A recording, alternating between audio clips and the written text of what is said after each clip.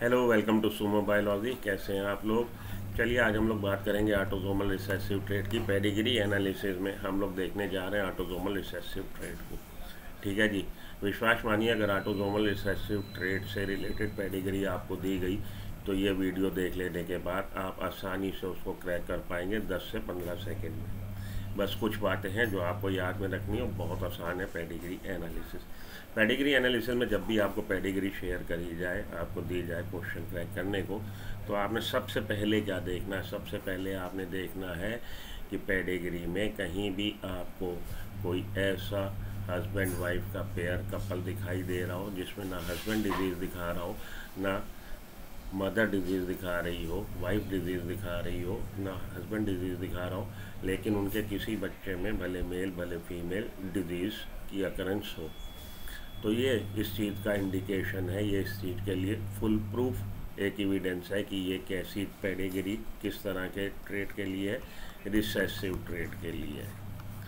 Husband wife में disease नहीं, लेकिन बच्चे में डिजीज़ आइदर मेल और फीमेल, तो रिसेसिव डिसऑर्डर होता है, नो डाउट अबाउट दैट। ठीक है जी, बिल्कुल क्लियर। तो एक सेकंड में आपको जैसे ही पेडिग्री दी गई, आपने देख लिया कि ये रिसेसिव एलील से गवर्न होने वाली पेडिग्री है। और अगर डोमिनेंट वाली होती तो इस पेडिग्री में कैसे आपको देखने को मिलता? आपको ये इंस्टेंस देखने को नहीं मिलता कि पेरेंट्स में डिजीज़ नहीं है लेकिन बच्चे में डिजीज़ है। जहाँ पे भी ऑर्गेनिज्म डिजीज़ दिखा रहा होगा या ट्रेट या कैरेक्टर दिखा रहा होगा, तो एक ना एक पेरेंट, आइदर मदर और फादर, एक ना एक पेरेंट में डिजीज़ ज़रूर होगी। तो जब ऐसा होता है कि हर एफेक्टेड इंडिविजुअल का एक ना एक पेरेंट, आइदर मेल और फीमेल, और we can say that either mother और फादर में डिजीज़ की प्रेजेंस हो, तो वो डोमिनेंट एलील से होने वाला ट्रेट होता है, कैरेक्टर होता है। यहाँ पे हम इस वाले पॉइंट से समझ गए कि रिसेसिव एलील से गवर्न होने वाली डिजीज़ है। अब आप इस वाले पॉइंट से कि इसमें ये फीमेल डिजीज़ दिखा रही है लेकिन इसका सन डिजीज़ नहीं दिखा रहा, ये इस बात से समझ में आ गया कि ये एक्स लिंक्ड रिसेसिव का ट्रेट नहीं है, ये ऑटोसोमल रिसेसिव का ट्रेट है। ठीक है जी, रिसेसिव ट्रेट है वो हम इस पॉइंट से समझ गए कि मेल और फीमेल, मदर फादर दोनों में डिजीज़ नहीं है, लेकिन नीचे एक बच्चे में डिजीज़ है। इससे ये बात सिद्ध हुई कि ये रिसेसिव है। अब हमें डिसाइड करना था कि ये ऑटोसोमल रिसेसिव है कि सेक्स लिंक्ड रिसेसिव है।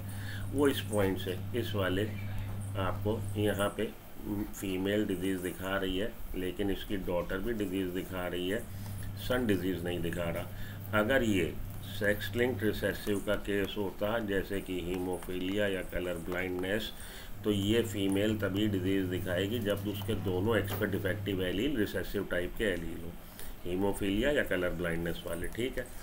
अब ये जो सन बना है, इस सन में एक्स क्रोमोसोम किसने आया, किससे आया? इसकी मदर से।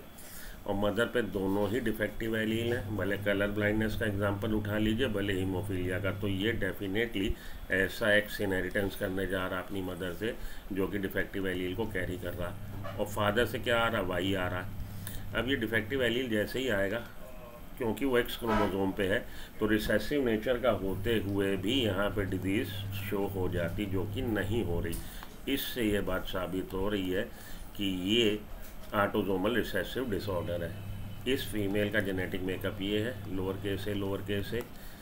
ये जो बाहर से फादर सन इन लॉ आ रहा है, ये हिट्रोजाइगस कंडीशन का है क्योंकि यहाँ पे डिजीज़ आ गई है इस डॉटर में। तो उसको एक स्मॉल ए, मतलब डिफेक्टिव एलील उसको मदर से मिल गया, एक फादर से मिल गया वाया स्पर्म। और जब ये सन बना फर्टिलाइजेशन से, जाइगोट ऐसा बना जो मेल सेक्स के लिए है, तो इस सन की बारी क्या हुआ है? मदर से तो डिफेक्टिव एलील आया एग से, और फादर से डोमिनेंट एलील आया स्पर्म से। तो यहाँ पर डिजीज शो नहीं हुई है। ठीक है जी, ये ऑटोसोमल रिसेसिव का ट्रेट है। बिल्कुल एक चीज़ क्लियर हो गई, पहला पॉइंट रिसेसिव यहाँ से, और सेक्स लिंक्ड रिसेसिव नहीं है इस पॉइंट से। अगर ये सेक्स लिंक्ड रिसेसिव होता तो यहाँ पे भी डिजीज़ की प्रेजेंस होती। इसी तरह से जब आप ये कॉन्सेप्ट लगा के चलेंगे, बातें क्या ध्यान में रखनी है? कॉन्सेप्ट ये लगा के चलिए कि जब मदर फादर डिजीज़ ना दिखा रहे हो, नीचे डिजीज़ हो, रिसेसिव ट्रेट होता है। और पेडिग्री में आपको ये देखना होता है कि कहीं पे रिसेसिव ट्रेट में फीमेल अगर इफेक्टेड है, क्या उसका सन नॉर्मल है।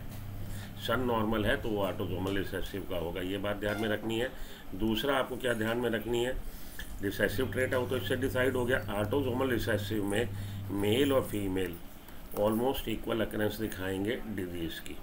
अगर ये सेक्स लिंक्ड रिसेसिव होता तो मेल सेक्स की प्रपोर्शन बहुत ज़्यादा होती फीमेल सेक्स के बनस्पत डिजीज़ दिखाने वाले मेल ज़्यादा होते पेडिग्री में, डिजीज़ दिखाने वाली फीमेल के बनस्पत in comparison to female. Disease की अकरेंस या ट्रेट की अकरेंस मेल सेक्स में ज़्यादा होती, तो वो एक्स लिंक्ड रिसेसिव का केस होता। देखिए occurs in both sexes with equal frequency, दोनों सेक्सेस में इक्वल फ्रिक्वेंसी से, ऑलमोस्ट इक्वल फ्रिक्वेंसी से अकरेंस हो रही है। Trait usually skips generation, husband wife disease नहीं दिखा रहे, नीचे डिजीज़ है तो जनरेशन स्किप भी हो गई। Affected offsprings usually born to normal parent, affected offspring normal parent को बॉर्न हो सकते हैं, क्योंकि ये दोनों ही कैसे हो गए, कैरियर हो गए। Disease occurs only 1% इनहेरिटेड्स 2 allele for the trait, disease केवल उसमें होगी जो होमोजाइगस कंडीशन में होगा, होमोजाइगस जीनोटाइप होगा। तो कुछ बातें जैसा कि मैंने बोला अगर आप ध्यान में रख लेंगे, कॉन्सेप्ट बना लेंगे तो बड़ा इजीली आप पेडिग्री को क्रैक कर लेंगे। यहाँ पे 5 to 10 सेकंड हम लोग डिसाइड करने में हमें लगे कि ऑटोसोमल रिसेसिव का ट्रेट है। छूटते ही जैसे ही पेडिग्री आपके सामने आई, आपने इनको नोटिस किया, यहाँ पे डिजीज़ है तो आपने डिसाइड किया कि ये रिसेसिव ट्रेट है। उसके बाद फीमेल अफेक्टेड है लेकिन नीचे इसका सन बच रहा है, डिजीज़ नहीं दिखा रहा, तो ये ऑटोसोमल रिसेसिव के केस में ही हो सकता है। एक्स लिंक्ड रिसेसिव या सेक्स लिंक्ड रिसेसिव होता तो अफेक्टेड फीमेल का सन हमेशा अफेक्टेड रहेगा, उसमें डिजीज़ की प्रेजेंस रहेगी। तो विद इन 5 और 7 सेकंड हमने पेडिग्री को क्रैक कर लिया। तो इसी तरह के वीडियोस अगर आपको और चाहिए, आपको वीडियो पसंद आई, अंत तक बने रहें तो मेरे चैनल को सब्सक्राइब कर दीजिए, वीडियो को लाइक कर दीजिए। मिलता हूँ ब्रेक के बाद। Till then good luck, good bye, have a nice